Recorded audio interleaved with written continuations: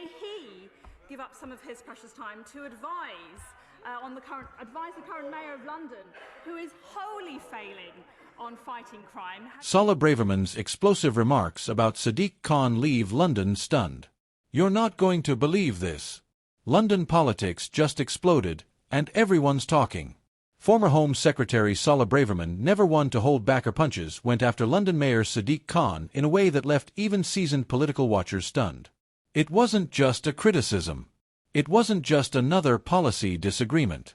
It was the kind of remark that changes the tone of debate entirely. And the reaction was immediate. Shock, outrage, applause. Some Londoners called it long overdue. Others said Braverman crossed the line. Either way, no one is ignoring it. So, what actually happened? Braverman, speaking during a live broadcast interview, turned the spotlight directly on Sadiq Khan's record as mayor. 4 months, she's been critical of London's direction under his leadership, but this time, she went further. She accused him of failing on issues that hit Londoners every single day: rising crime, transport chaos, and the housing squeeze. And she didn't sugarcoat it. Her exact words: sharp, blunt, uncompromising. At one point, she said, "People in this city feel unsafe, feel unheard, and feel abandoned, and the man who's supposed to be leading them has run out of answers." That was the line. The moment that lit the fuse. Why does this matter? Because London isn't just another city. It's the beating heart of British politics, finance, and culture. When the mayor is under fire, it sends shockwaves far beyond the Thames. And when a figure like Braverman, someone seen as a lightning rod within her own party, takes that fight public, it raises the stakes even higher. Remember, Braverman has long been positioning herself as the voice of the no-nonsense right. She speaks to voters who are frustrated, angry, and tired of what they see as weak leadership. And Khan, for her, has become the perfect political target. The public reaction was immediate, and it split straight down the middle. On Twitter, one user wrote, "She only said what millions of us think: London feels broken." Another fired back, "This is just Braverman playing politics. Cheap shots at the mayor won't fix anything." Journalists piled in too.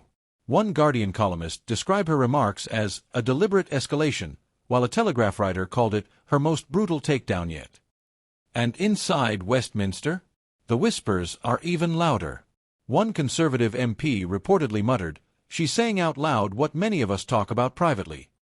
Meanwhile, Labour allies rushed to defend Khan, saying Braverman was simply stirring division to boost her own profile. But here's the bigger question: why now?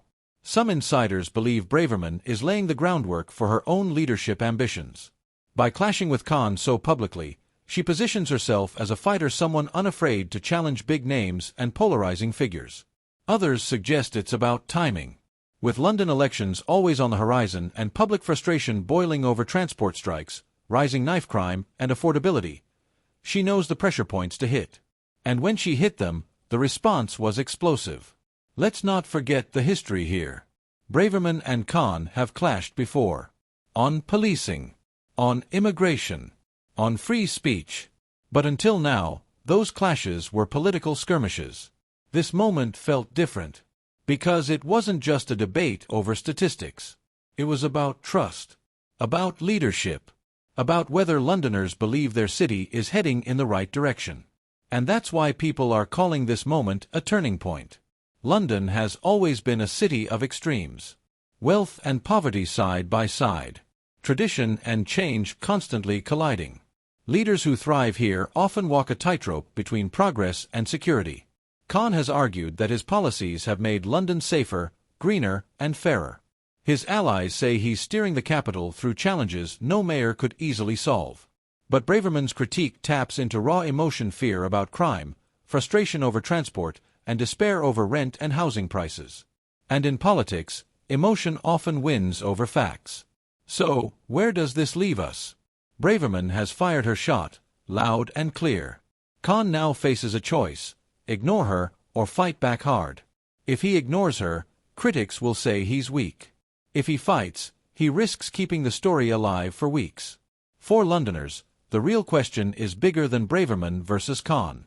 It's whether this clash represents the broader struggle over the city's future. Will London stay the global, diverse capital that Khan envisions?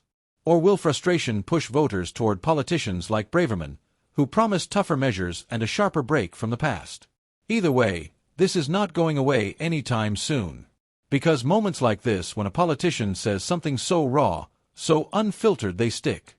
They spark debate at the dinner table, in the pub, on the bus ride home. They plant doubts. They reinforce beliefs. And right now, the only certainty is this: Suella Braverman's remarks have set the stage for one of the fiercest battles in London politics we've seen in years. So ask yourself, is this the moment that exposes deep cracks in Khan's leadership? Or is it just another headline, one that will fade in a week while London's deeper problems remain unsolved? Because if this is only the beginning, the fight for London's future is about to get a whole lot louder.